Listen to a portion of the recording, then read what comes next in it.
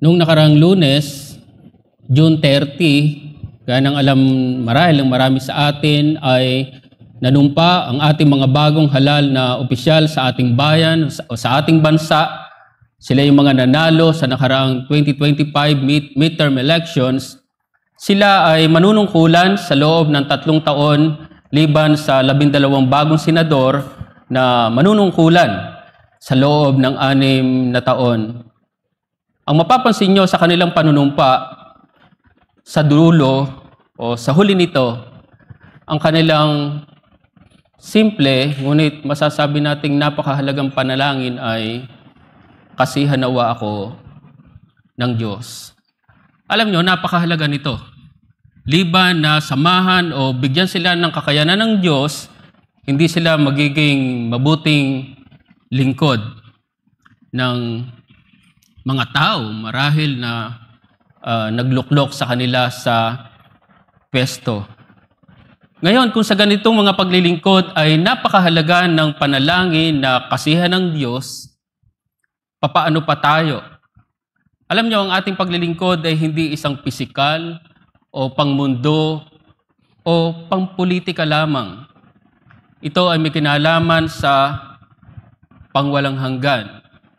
At kung ganyan ang pagtingin natin sa ating paglilingkod o ministeryo, hindi ba tayo mananalangin na kasihan tayo ng Diyos? At marahil ito yung pinakabuod o laman ng ating mensahe sa pag-uumpisa ng ating bagong serye sa buwan na to. At sa ating pag-uumpisa, muli ay iniimbitan ko kayong buksan ninyong mga Biblia sa Ebanghelyo ni Marcos, Kabanata 1. Ang mapapansin nyo sa ating handout ay Kabanata 1, talatang 35 lamang. Subalit nagpasya ako na ito ay ituloy natin hanggang 37. Ebanghelyo ni Marcos, Kabanata 1, mula talatang 35 hanggang 37. Ito po ang sinasabi ng salita ng Diyos. Nang madaling araw, habang madilim pa, pagbangon ni Jesus ay lumabas siya at nagtungo sa isang ilang na lugar at doon ay nanalangin. Hinanap siya ni Simon at ng mga kasamahan niya. Siya'y natagpuan nila at sinabi sa kanya, hinahanap ka ng lahat. Sa ating nakaraang 2 mensahe, sa ating nakaraang serye, nakita natin ang 2 mahalagang tagpo sa buhay ni Jesus. At iyon ay ang patungkol sa kanyang bautismo at ang naging pagtukso sa kanya ng dyablo. Gaya ng nasabi ko, mahalaga ang 2 tagpong ito sa buhay ni Jesus bago pa man ang kanyang kakaharapin na ministeryo or misyon. At matapos nga ang 2 tagpong ito sa buhay ni Jesus, makikita natin na magpapasimula siya ng kanyang ministeryo. At iyon ay sa Galilea. Talatang 14 hanggang 15. Makikita natin doon na mangangaral siya patungkol sa Ebanghelyo ng Diyos. At matapos yan, siya ay tatawag ng kanyang magiging unang mga alagad. Talatang 16 hanggang 20. Matapos yan, siya ay pupunta sa Capernaum kasama ng kanyang mga alagad, at least yung 4, at magtuturo doon sa sinagoga sa Capernaum. At doon sa sinagoga ay magpapalaya siya ng masamang espiritu sa isang lalaki. Talatang 21 hanggang 28. Matapos yan, pagagalingin niya ang biyan ng babae ni Pedro. Talatang 20 hanggang 31. At panghuli, magpapagaling siya ng maraming karamdaman. Talatang 32 hanggang 34. Diyan makikita natin ang marami at masasabi nating matagumpay na gawain ni Jesus. Pero ang kapansin-pansin sa ating teksto, ng madaling araw daw, habang madilim pa, sa pagbangon ni Jesus ay lumabas ito at pumunta sa isang ilang na lugar. At doon ay nanalangin. Alam natin kapag sinabing ilang na lugar, ito ay malayo sa kabihasnan, ito ay malayo sa mga tao, Ibig sabihin, ito ay isang tahimik na lugar, malayo sa mga distractions, at dito raw, pumunta si Jesus para manalangin.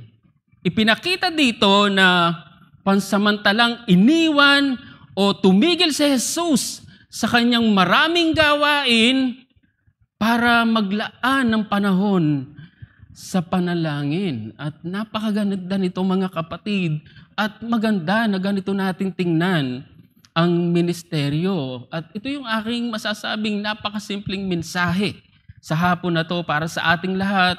Ang ministeryo ay hindi sa dami ng gawain, kundi kung papaano nananalangin. Ang ministeryo ay hindi sa dami o sa tagumpay ng gawain, kundi kung papaano nananalangin. Hindi sinasabi dito na masama o mali ang madaming gawain o yung matagumpay na gawain, hindi. Yan ang nakita natin sa mismong ministeryo ni Jesus, kaya nga inintensyon ko na medyo isa-isahin yung mga nagdaan ng mga talata. Pero maging ang Panginoong Jesus hindi natapos doon sa dami at masasabi nating matagumpay na gawain. Hindi sinabi dito na pagmulat o pagbangon ni Jesus ng kanyang higaan ay sumabak na ulit ito sa kanyang gawain, sa kanyang maraming gawain. Hindi. Alam nyo, magpapatuloy si Jesus sa kanyang gawain. Talatang 39, magpapatuloy sa John. Pero bago yun, nanalangin muna siya. Nakipagniig muna siya sa kanyang Ama. At maganda na ganito natin makita ang ministeryo. Ngayon, nais kong tingnan natin ang dalawang bagay na nagpapakita kung bakit maging ang ating Panginoong Jesus ay nagpahalaga sa panalangin. So, dalawang bagay. Una, ito ay nagpapahayag o ito ay paghahayag ng kawalan sa sarili. Ito ay paghahayag ng kawalan sa sarili. At pangalawang bagay, ito ay paghahanap ng kalooban ng Diyos. Ito ay paghahanap ng kalooban ng Diyos. So marahil napakasimple kung bakit maging ang Panginoong Hesus. So tayo, bakit tayo ay nananalangin? Unang-una na ay ito ay paghahayag ng kawalan sa sarili. Ano sinasabi mo? Wala ka. Kung titingnan natin, naging matagumpay ang gawain ni Jesus. Walang duda doon sa mga pinasadahan natin na mga nakalipas na mga talata. Siya ay nagpagaling ng maraming karamdaman. Ngayon, kung siya ay nagpagaling ng maraming karamdaman, ibig sabihin, naging matagumpay nga ang kanyang mga gawain na ito, hindi madaling magpagaling. Larawan ng isang matagumpay na gawain ng ministeryo, pero bakit nanalangin pa rin siya? Bakit nakipagniig pa rin siya sa kanyang Ama? Sa simpleng kadahilanan, iyan ay paghahayag ng kawalan sa sarili.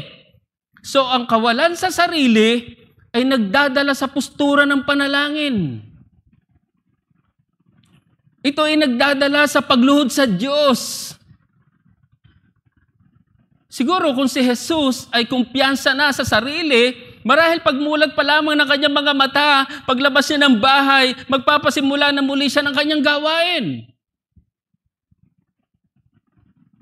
Ganyan siguro yung confident. Pero hindi ganitong ipinapakita sa atin. Ipinakita dito ang kanyang kamalayan ng Panginoong Hesukristo mismo, ng kanyang pangangailangan, na kailangan niya ng bagong lakas sa bagong araw na kanyang kakaharapin, sa bagong araw na kanyang gawain. Siguro tayo, bago natin isiping manalangin, iisipin muna natin ang ating mga gawain. Baligtad tayo. Hindi ganyan si Jesus. At ang medyo nakakatakot sa ministeryo, kapag tila nagtatagumpay iyon, nakakalimot tayong manalangin. Siguro na-overwhelm tayo.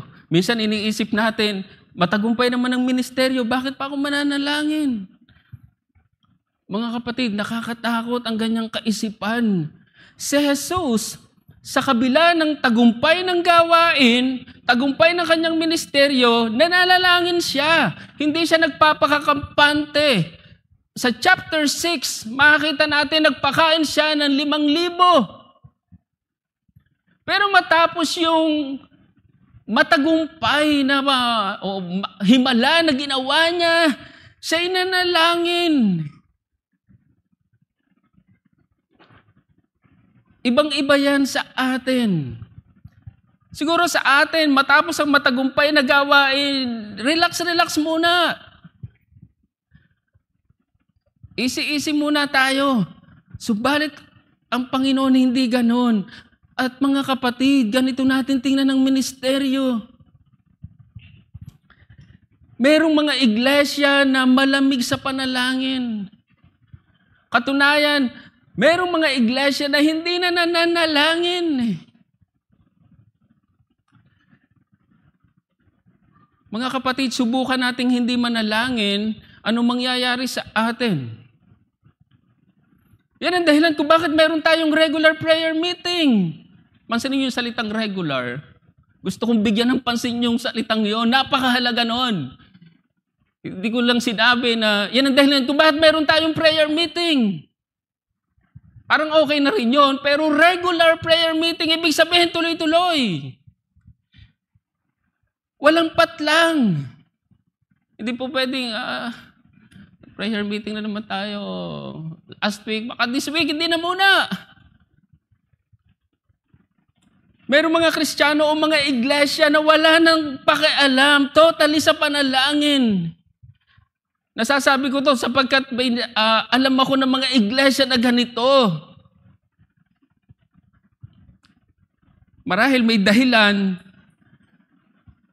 pero hindi ka tanggap-tanggap. Hindi ko maisip ng isang iglesia ay wala na o hindi na nananalangin.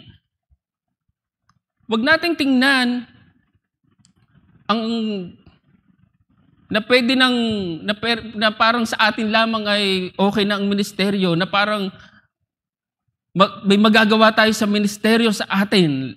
Mga sarili, ang tingnan natin ay kung ano yung magagawa ng Diyos sa ministeryo. Ay kung ganon, hindi ka pa mananalangin. Nababanggit ko na mayroong tumitingin sa ministeryo na dahil sa atin, dahil sa ating sarili, dahil sa ating lakas. Dahil sa kung anong meron tayo. Meron ganyan nag-iisip ng mga iglesia. Meron ganyan pagtingin sa ministeryo. Tumitingin doon sa kung anong meron tayo. Kaya nga mali din na tingnan natin kung sino yung pastor sa iglesia. Meron tumitingin na dahil magaling yung pastor, okay na ang ministeryo. Magaling naman magsalita si pastor, magaling naman mag-preach si pastor. Lahat, parang wala kang masabi. So, meron tumitingin sa pastor, sa leader. Meron din tumitingin na dahil sa komposisyon ng membership, kung sino yung mga miyembro, let's say 100, okay na ang iglesia. Okay na yung ministeryo, itong mga miyembro. Isa lang halimbawa ay marami naman nagtatayad sa atin. Mga giver naman yung mga miyembro. At totoo marahil, nag-iika po siya, marahil nagbibigay siya. Sa church may tinatawag ng mga tither giver. Pero wag mong isipin na dahil sa iyo kaya nagpapatuloy ang ministeryo. Dahil nagbibigay ka sa church. Nakakapangilabot ang ganyang klaseng kaisipan. Dapat ang pagtingin natin sa ministeryo ay kung wala ang Diyos, wala tayo. Kung hindi tayo sa Diyos, wala tayo. At yan din ang gusto kong makita ng mga wala pa sa kaligtasan. Gusto kong makita nyo na mahina kayo. Gusto kong makita nyo ang inyong kawalan sa inyong sarili pagdating sa inyong kaligtasan. Kailangan nyo si Jesucristo sa inyong buhay. Kung ganon, sana ay magpakababa kayo. Nakilalanin nyo na kailangan ko talaga si Jesucristo sa aking buhay. At yun ay sa tulong ng banal na Espiritu. Naliban na kilusin ako ng banal na Espiritu, walang mangyayari sa akin. At sa tingin ko, yan yung malinaw na mensahe kanina. Kung ganyan sa kaligtasan, ganyan mo din tingnan sa ministeryo. Walang reserbasyon. Isa sa mga paborito kong panuurin, medyo mapili akong manood ng mga palabas, like sports, news. Isa pa ay yung mga documentary. At isa sa mga paborito kong documentary ay patungkol sa mga hayop.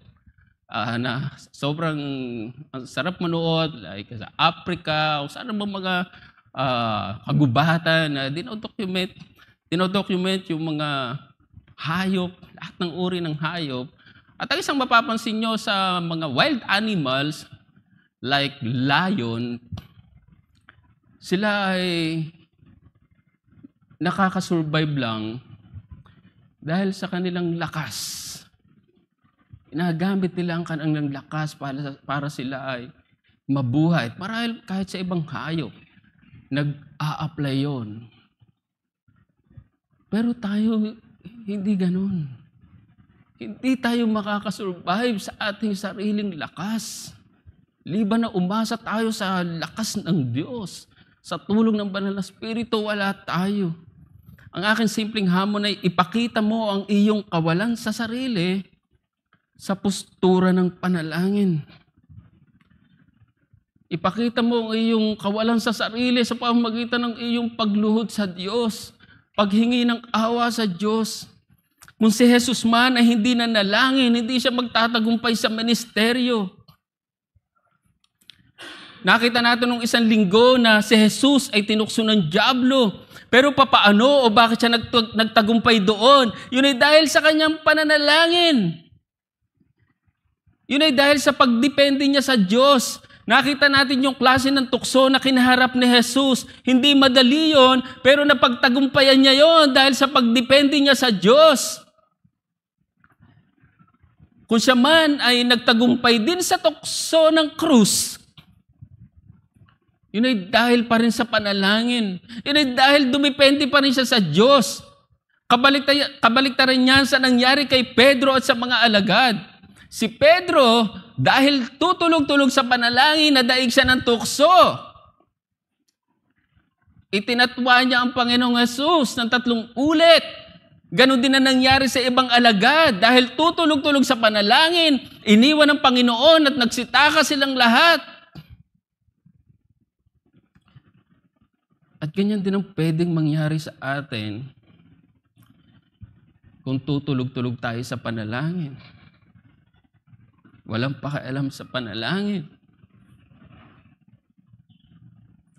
Ang prinsipyo ni Martin Luther, kabisado or alam marahil ng lahat, ang sabi niya, if I fail to spend 2 hours in prayer each morning, the devil gets the victory through the day. Kung siya daw ay mabigo na maglaan ng 2 oras kada umaga, ay magtatagumpay ang dyablo, ang kaaway sa buong araw na yon. Sa katunayan, nagpatuloy pa siya. Ang sabi niya, and if I have so much business, I cannot get on without spending 3 hours daily in prayer. Ito ko sinasabing, manalangin kayo ng 2 hanggang 3 oras. Hindi ko pa rin nagagawa yan. Pero ang gusto ko lang makita natin, ganun kahalaga ang panalangin. Imagine, sa mga simple marahil mga bagay na gawain bawat araw, ganun nagpahalaga si Martin Luther sa panalangin. Paano pa tayo sa ministeryo? So ito ay pagkahayag ng kawalan sa sarili at pangalawang bagay, ito ay paghahanap ng kalooban ng Diyos. Dahil nga ang Panginoong Hesus ay lumayo sa marami, pumunta siya sa ilang na lugar, malayo, hinanap siya ni Simon.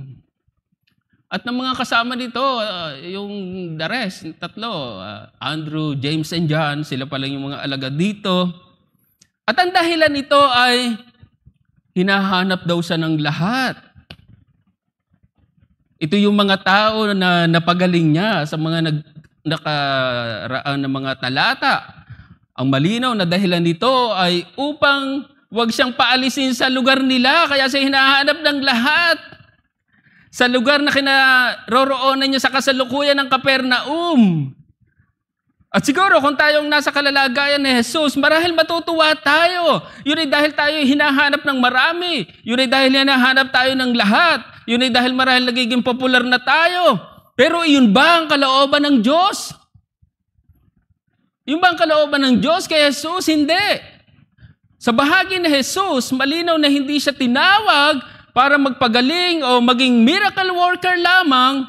Tinawag siya para mangaral patungkol sa kaharian ng Diyos. More next message, Lord willing, next week. So dito gusto kong makita natin na dahil sa panalangin, mas naunawaan ni Jesus ang kalooban ng Diyos sa kanyang ministeryo, kung bakit siya naparito. So ang panalangin ay nagtuturo kung ano ang kalooban ng Diyos sa ministeryo. Nabanggit ko kanina na kung tayo marahil ang nasa kalalagayan ni Jesus, matutuwa tayo. Dahil hinahanap tayo ng lahat, hinahanap tayo ng marami. Marahil pwede nating isipin na, iyon na ang kalooban ng Diyos. Hindi pa ba kalooban ng Diyos yun? Pero ang tanong, yun ba talaga ang kalooban ng Diyos? At kung minsan, diyan natin bantayan ang ating mga sarili. Huwag nating isipin, no, kung nagiging matagumpay ang ating gawain, yun na ang kalooban ng Diyos. Hindi masama na marami o matagumpay ang ating gawain. Ipinapanalangin niya natin na pagbungahin, pagpalahin ng Panginoon, pagtagumpayin ang ating gawain. Pero tiyakin natin na ito ba talaga ang kalooban ng Diyos? Merong mga iglesia na ang basihan ng ministeryo ay panlabas na tagumpay. Ito yung gusto kong sabihin at ipaalala sa atin. Panlabas na tagumpay. Maraming miyembro, maraming pera. Naalala ko yung dati kong pinaggalingan, nilarawan nila ang tagumpay ng ministeryo sa 3 letra, ABC. ABC, attendance, building, cash. Kung meron kang ganun, kung meron kang ABC, wow! Sa isang banda matagumpay ang ministeryo. Hindi marahil masama yung mga bagay na yon, pero yan ba talagang kalooban ng Diyos? Kung minsan umaasa lamang tayo sa ating sariling kaisipan. Mga kapatid, meron tayong nakikita na marahil hindi yun ang nakikita ng Diyos. Tandaan natin na meron tayong mga blind spots. Huwag nating isipin na parang alam na natin ang lahat. Hindi. Kung hindi tayo aasa sa gabay ng banal na Espiritu, maliligaw tayo. Kung ang Panginoong Jesus ay hindi nagbabad sa panalangin at sa salita ng Diyos, marahil hindi niya naunawaan na ang kalooban sa kanya ng Diyos ay hindi gawin tinapay ang mga bato. Marahil hindi niya naunawaan na hindi lamang sa tinapay nabubuhay ang tao, kundi sa bawat salita na lumalabas sa bibig ng Diyos. Kung hindi siya nagbabad sa panalangin at sa salita ng Diyos, marahil hindi niya naunawaan ang kalooban sa kanya ng Diyos. Ano yung kalooban ng Diyos? Na sumamba at maglingkod lamang dito. Hindi ang sumamba o maglingkod kay Satanas. Kung hindi siya nagbabad sa panalangin at sa salita ng Diyos, marahil hindi niya naunawaan na ang kalooban sa kanya ng Diyos ay ang hindi tuksuhin ito. Ganyan natin makita ang halaga ng panalangin maging sa pagkaalam ng kalooban ng Diyos sa ating ministeryo. Kung hindi nagbabad si Jesus sa panalangin, marahil hindi niya naharap ang krus. Pero nung sabi niya,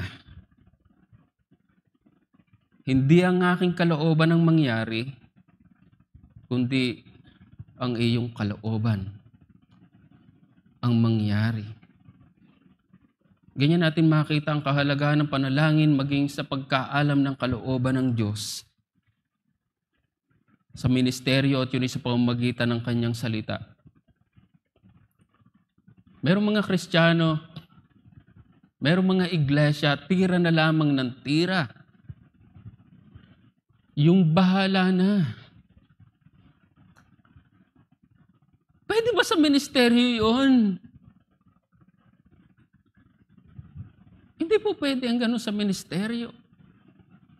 Dapat tiyak ka. Ito ang kalooban ng Diyos. At kung ito ang kalooban ng Diyos, sige gawin natin. Pero yung bahala na. Alam nyo sa basketball, may tinatawag na tsamba. Pero marahil maganda sa basketball, kahit tsamba, counted yun. Pero sa ministeryo, hindi po pwede ang tsamba. Kaya nga mali yung title ba yun o isang linya ng kanta, "Que sira-sira." Whatever will be, will be. Hindi ganoon sa ministeryo. Ang hamon ko ay, tiyakin o alamin mo ang kalooban ng Diyos sa ministeryo sa pamamagitan ng panalangin. Maraming nabibigo sa ministeryo dahil walang panalangin. Walang gabay ng banal na spirito at yun ay sa pamamagitan ng kanyang salita. Alam nyo, naunawaan naman ni Jesus, naunawaan niya yung ultimo o pinakadahilan ng kanyang pagparito sa lupa at iyon ay ang mamatay sa krus.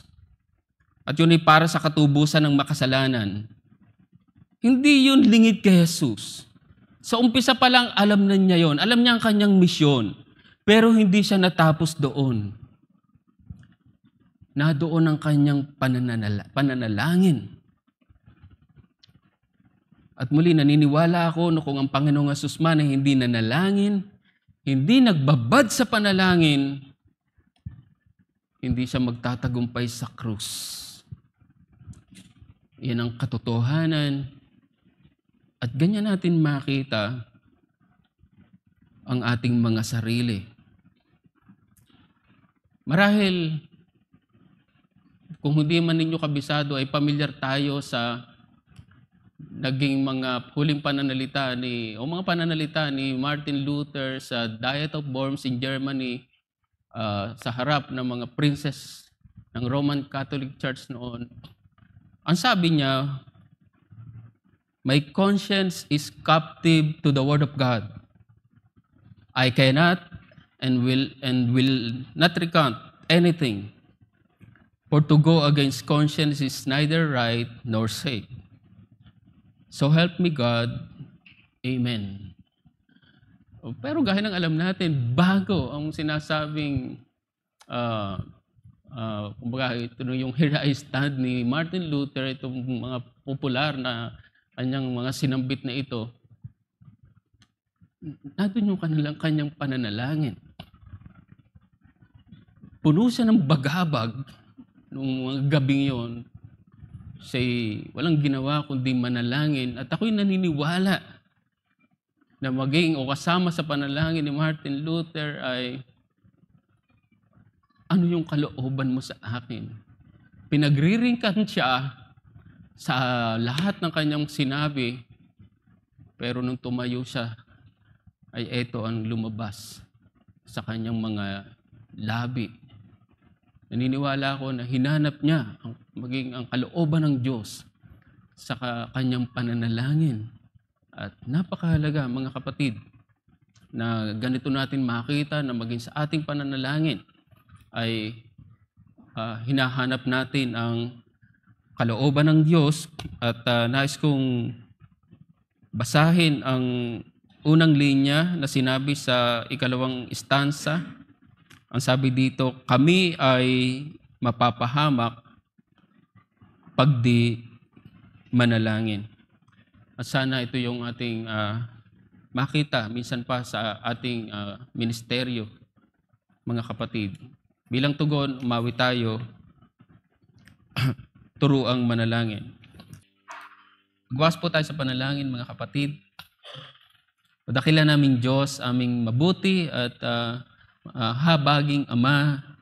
Nagpapasalamat muli kami sa iyo sa pagkakataon na to, na yung pinagkaloob sa amin na muli ay mapaalalahanan sa kahalagahan ng panalangin, ng pakikipagniig sa iyo. Nakita namin na maging ang aming Panginoong Hesukristo ay hindi natapos sa kanyang maraming mga gawain. Sa kabila ng mga tagumpay nito ay siya'y nanalangin. Dumulog sa iyo, kapahayagan ng kawalan sa sarili. At nawa, O Diyos, ay patuloy na makita namin ito sa aming mga sarili. Alsin niyo sa amin ang mga pagmamalaki, pagmamataas sa aming mga puso na parang kayang-kaya namin ang gawain. O Diyos, tunay na kami ay mapapahamak kung kami ay hindi manalangin. Naway makita namin na maging sa pagkaalam ng iyong kalooban, napakahalaga ng panalangin. Hilingin namin na makita namin ang iyong kalooban sa aming mga buhay, sa buhay ng iglesia. Tunay na hindi namin makita ang aming mga sarili kung wala ang panalangin. Hindi namin ang alam kung meron kaming buhay, liban lamang kung kami ay nananalangin at humihingi ng awa sa iyo, O Diyos. Salamat sa iyong mga salita. Salamat sa napakagandang halimbawa na ipinakita ng aming Panginoong Hesukristo na sa kabila na siya'y Diyos ay natutong dumipende sa iyo, dumipende sa lakas at kapangyarihan ng Banal na Espiritu, at nawa ito rin yung makita ng aming mga kasama ngayon, ng aming mga bisita, ng aming mga mahal sa buhay, na may makita nila ang kanilang kawalan pagdating sa kaligtasan, pagdating sa pagdako sa Diyos. Tunay na sila'y mahina, makasalanan, walang kakayanan na lumapit sa iyo liban sa Panginoong Hesukristo. Kaya Panginoon, naway mahabag ka sa kanila at naway tulungan niyo sila na humakbang, lumapit sa aming Panginoong Hesukristo, kilalanin siya bilang kanilang sariling Panginoon at tagapagligtas. At kami, Panginoon, na iyong mga iniligtas, kinahabagan, patuloy na makita namin ang aming mga kahinaan. Patuloy na umasa kami sa iyong magagawa at lakas sa aming mga buhay, maging sa usapin ng ministeryo. Kaya nagpapasalamat kami, Panginoon, sa mga oras na to at itong aming panalangin sa pangalan ng aming Panginoong Jesus. Amen.